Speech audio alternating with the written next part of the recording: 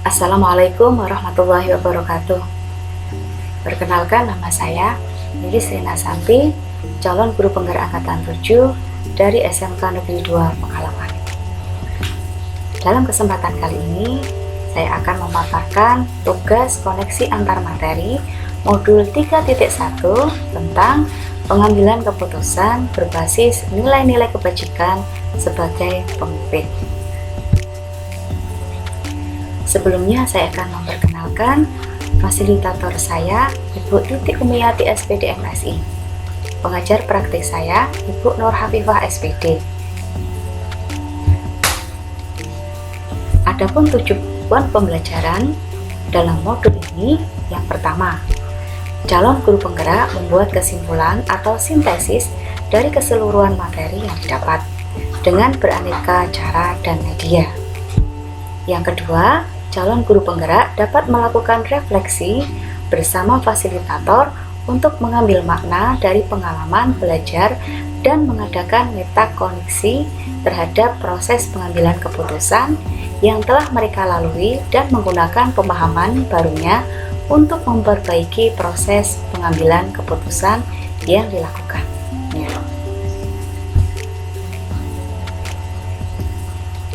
Terkait dengan pertanyaan tematik, bacalah kutipan ini dan tafsirkan apa maksudnya. Mengajarkan anak menghitung itu baik, namun mengajarkan mereka apa yang berharga atau utama adalah yang terbaik.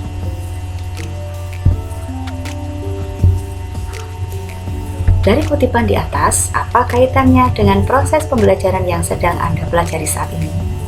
Menurut saya, kaitan mengenai kutipan di atas dengan proses pembelajaran yang sedang saya pelajari, yaitu mengenai permasalahan dilema etika, di mana sebagai seorang guru, kita seringkali mengalami dilema pembelajaran antara mengedepankan materi atau nilai melalui pendidikan karakter. Yang kedua, bagaimana nilai-nilai atau prinsip-prinsip yang kita anut dalam suatu pengambilan keputusan dapat memberikan dampak pada lingkungan kita. Nilai-nilai dalam suatu pengambilan keputusan yang saya pegang adalah pengambilan keputusan yang berpihak pada murid, serta yang dapat dipertanggungjawabkan. Hal tersebut diharapkan memberikan dampak yang positif di lingkungan sekolah tanpa adanya perselisihan. Yang ketiga, bagaimana Anda sebagai seorang pemimpin pembelajaran dapat berkontribusi pada proses pembelajaran murid dalam pengambilan keputusan Anda. Sebagai pemimpin pembelajaran, maka kita harus dapat menuntun murid untuk tumbuh dan berkembang sesuai dengan kodratnya. Pengambilan keputusan dalam pembelajaran harus mengutamakan kebutuhan belajar murid. Pertanyaan tematik selanjutnya adalah, menurut Anda, apakah maksud dari kutipan ini jika dihubungkan dengan proses pembelajaran yang telah Anda alami di modul ini? Jelaskan pendapat Anda. Pembelajaran pada modul ini memberikan pengetahuan tentang bagaimana sebagai pemimpin pembelajaran dalam mengambil keputusan yang berupa dilema etika atau rujukan moral dengan memperhatikan nilai-nilai kebajikan universal, tanggung jawab, dan berpihak pada murid.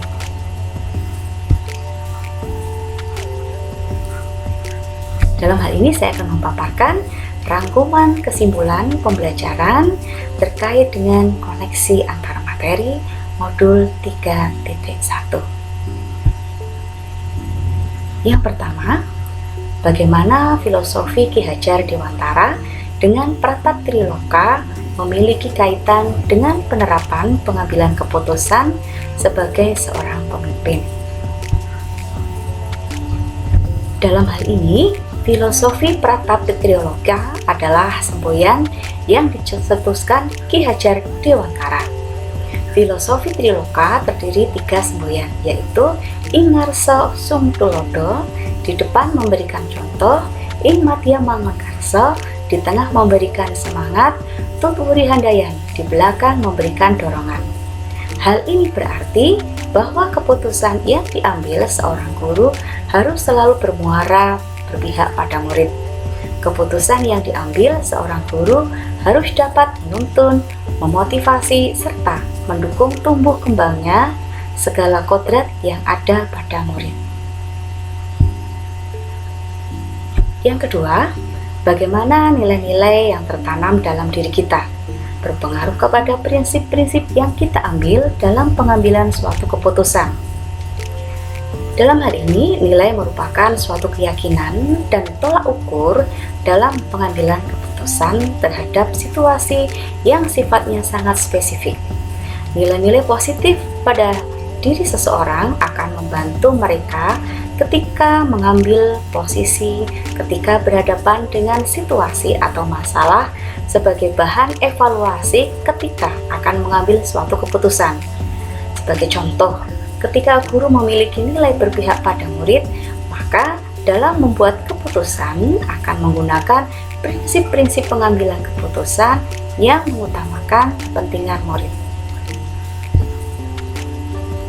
Yang ketiga, bagaimana materi pengambilan keputusan berkaitan dengan kegiatan coaching atau bimbingan yang diberikan pendamping atau fasilitator dalam perjalanan proses pembelajaran kita, terutama dalam pengujian pengambilan keputusan yang telah kita ambil.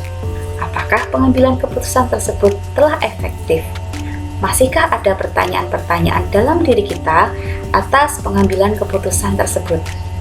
Hal-hal ini tentunya bisa dibantu oleh sesi coaching yang telah dibahas pada sebelumnya. Dalam hal ini, coaching adalah suatu keterampilan yang sangat penting dalam menggali suatu masalah yang sebenarnya terjadi, baik masalah dari diri kita maupun masalah yang dimiliki oleh orang lain. Dengan langkah coaching Tirta, kita dapat mengidentifikasi masalah apa yang sebenarnya terjadi dan membuat pemecahan masalah secara sistematis. Melalui proses coaching akan menuju pada pengambilan keputusan yang positif yang berpihak pada murid. Keputusan tersebut dapat dipertanggungjawabkan dan nantinya akan mendorong terwujudnya well-being. Selanjutnya, pertanyaan keempat adalah bagaimana kemampuan guru dalam mengelola dan menyadari aspek sosial emosionalnya akan berpengaruh terhadap pengambilan suatu keputusan, khususnya masalah dilema etika. Dalam hal ini, melaksanakan proses pendidikan, guru harus mampu melihat dan memahami kebutuhan belajar muridnya, serta mampu mengelola kompetensi sosial dan emosional yang dimiliki dalam mengambil sebuah keputusan sebagai pemimpin pembelajaran. Dalam proses pengambilan keputusan yang bertanggung jawab, diperlukan kompetensi sosial emosional seperti kesadaran diri, pengelolaan diri, kesadaran sosial, dan keterampilan yang berhubungan sosial. Sehingga diharapkan proses pengambilan keputusan dapat dilakukan secara sadar penuh atau mindful, terutama sadar dengan berbagai pilihan, konsekuensi yang akan terjadi, dan meminimalisir kesalahan dalam pengambilan suatu keputusan. Pertanyaan kelima, bagaimana pembahasan studi kasus yang fokus pada masalah moral atau etika, kembali kepada nilai-nilai yang dianut oleh seorang pendidik. Dalam hal ini, sebagai pemimpin pembelajaran, seorang pendidik harus mampu melihat permasalahan yang dihadapi. Apakah permasalahan tersebut merupakan dilema etika atau rujukan moral? Seorang pendidik ketika dihadapkan dengan kasus-kasus fokus terhadap masalah moral dan etika, baik secara sadar ataupun tidak, akan terpengaruh oleh nilai-nilai yang dianutnya. Nilai-nilai yang dianutnya akan mempengaruhi dirinya dalam mengambil sebuah keputusan.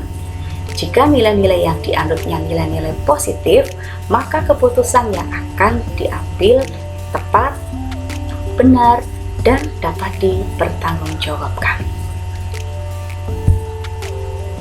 Selanjutnya, pertanyaan keenam. Bagaimana pengambilan keputusan yang tepat? Tentunya berdampak pada terciptanya lingkungan yang positif, kondusif, aman, dan nyaman. Dalam hal ini, sebagai seorang pemimpin pembelajaran, kita sering dihadapkan pada situasi di mana kita seharusnya mengambil suatu keputusan. Namun terkadang kita menghadapi dilema dalam pengambilan keputusan untuk dapat mengambil keputusan yang tepat dan berdampak pada terciptanya lingkungan yang positif, kondusif, aman, dan nyaman. Hal yang pertama yang harus kita lakukan adalah mengidentifikasi terlebih dahulu kasus yang terjadi. Apakah kasus tersebut termasuk dilema etika atau kejukan moral? Jika masalah tersebut merupakan dilema etika, maka kita harus mampu menganalisa pengambilan keputusan berdasarkan pada 4 paradigma, 3 prinsip, dan 9 langkah pengambilan dan pengujian keputusan, sehingga keputusan yang kita ambil mampu menciptakan lingkungan yang positif, kondusif, aman, dan nyaman untuk murid. Selanjutnya pertanyaan ke-7. Apakah tantangan-tantangan di lingkungan Anda untuk dapat menjalankan pengambilan keputusan terhadap kasus-kasus dilema etika ini? Adakah kaitannya dengan perubahan paradigma di lingkungan Anda? Dalam hal ini, tantangan dalam menjalankan pengambilan keputusan terhadap kasus-kasus dilema etika adalah adanya pihak-pihak yang tidak sependapat dengan keputusan tersebut. Hal ini wajar karena dalam kasus dilema etika memang ada 2 kebenaran yang saling berlawanan, sehingga apapun keputusannya akan ada nilai kebenaran lain yang dianggap terabaikan. Sedangkan perubahan paradigma di dunia pendidikan sekarang juga berkaitan dengan cara pandang warga sekolah dalam menyikapi sebuah keputusan. Selanjutnya pertanyaan ke-8. Apakah pengaruh pengambilan keputusan yang kita ambil ini dengan pengajaran yang memerdekakan murid-murid kita? Bagaimana kita memutuskan pembelajaran yang tepat untuk potensi murid kita yang berbeda-beda? Dalam hal ini, sebagai pendidik, kita tentu pernah mengalami kasus dilema etika di kelas. Fakta bahwa murid-murid kita memiliki karakteristik yang beragam dengan keunikan, kekuatan, dan kebutuhan belajar yang berbeda. Tentunya perlu direspon dengan tepat. Jika tidak, maka tentunya akan terjadi kesenjangan belajar, di mana percakapan yang ditunjukkan murid tidak sesuai dengan potensi pencapaian yang seharusnya dapat ditunjukkan oleh murid tersebut. Salah satu cara yang dapat dilakukan untuk merespon karakteristik murid-murid yang beragam ini adalah dengan mengimplementasikan pembelajaran berdiferensiasi. Pertanyaan ke-9, bagaimana seseorang pemimpin pembelajaran dalam mengambil keputusan dapat mempengaruhi kehidupan atau masa depan murid-muridnya? Dalam hal ini, sekolah merupakan tempat di mana murid-murid menyiapkan masa depannya. Pengambilan keputusan yang tepat dari seorang pemimpin pembelajaran akan menciptakan lingkungan yang positif, kondusif, aman, dan nyaman di sekolah. Lingkungan belajar seperti ini memungkinkan setiap murid dapat tumbuh dan berkembang secara maksimal sesuai dengan kodratnya masing-masing, sehingga diharapkan mereka dapat mencapai keselamatan dan kebahagiaan yang setinggi-tingginya, baik sebagai manusia maupun sebagai anggota masyarakat. Selanjutnya pertanyaan ke-10. Apakah kesimpulan akhir yang dapat Anda tarik dari pembelajaran modul materi ini dan keterkaitannya dengan modul-modul sebelumnya? Sebagai pendidik maupun pemimpin pembelajaran, kita perlu memiliki keterampilan dalam mengambil keputusan yang berdasarkan nilai-nilai kebajikan universal. Pemahaman tentang filosofi pendidikan dari Ki Hajar Dewantara serta nilai-nilai yang kita miliki akan berpengaruh kepada prinsip-prinsip yang kita ambil dalam pengambilan suatu keputusan.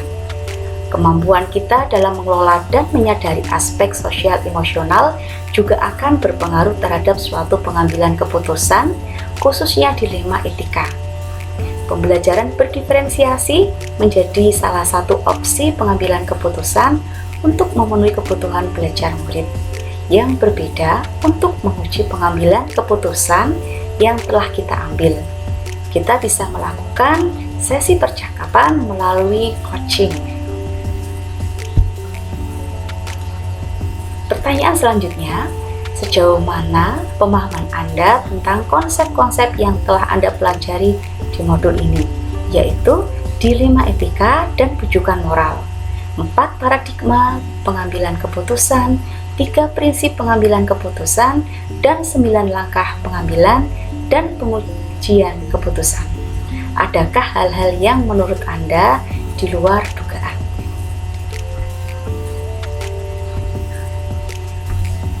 Dalam hal ini, pemahaman saya dalam modul mengenai pengambilan keputusan ini adalah kita harus mengidentifikasi terlebih dahulu apakah permasalahan yang dihadapi termasuk dilema etika atau bujukan moral.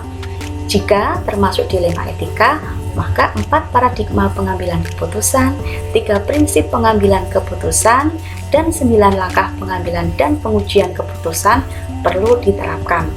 Hal yang terpenting dalam pengambilan keputusan adalah bahwa keputusan tersebut harus berlandaskan nilai-nilai dasar universal, berpihak pada murid, dan dapat dipertanggungjawabkan.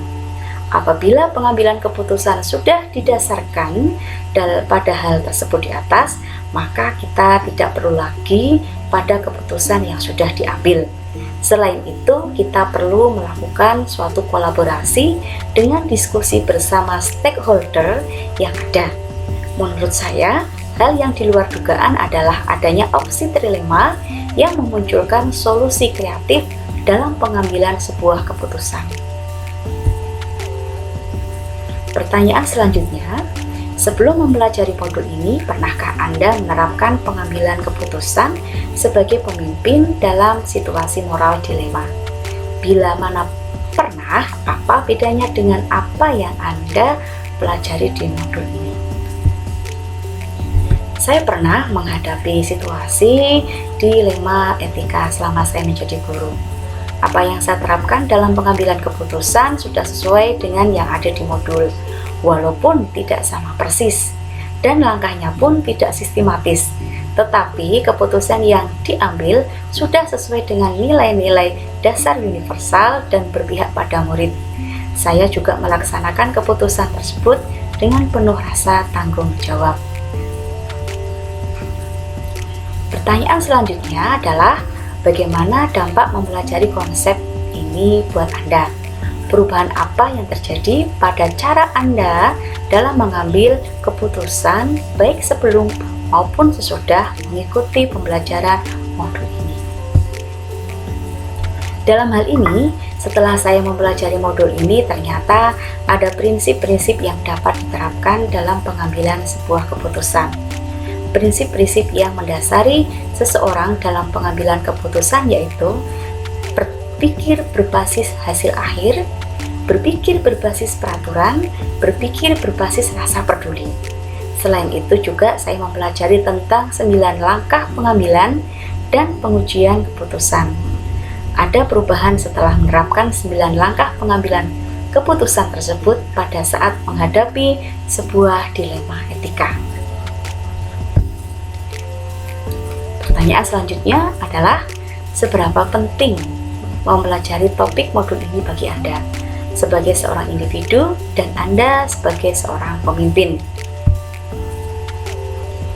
Dalam hal ini, saya mempelajari topik modul 3.1 ini sangat penting karena setiap orang, baik sebagai individu, terlebih sebagai seorang pemimpin, pasti akan berhadapan dengan situasi dilematis seperti ini. Dengan mempelajari modul ini, saya tidak tahu apa yang harus saya lakukan ketika berada pada situasi seperti ini. Pengambilan keputusan ini juga merupakan keterampilan yang harus diasah agar semakin baik. Semakin sering kita berlatih menggunakannya, kita akan semakin terampil dalam pengambilan keputusan dengan rasa penuh tanggung jawab, serta mendasarkan keputusan pada nilai-nilai kebajikan secara universal.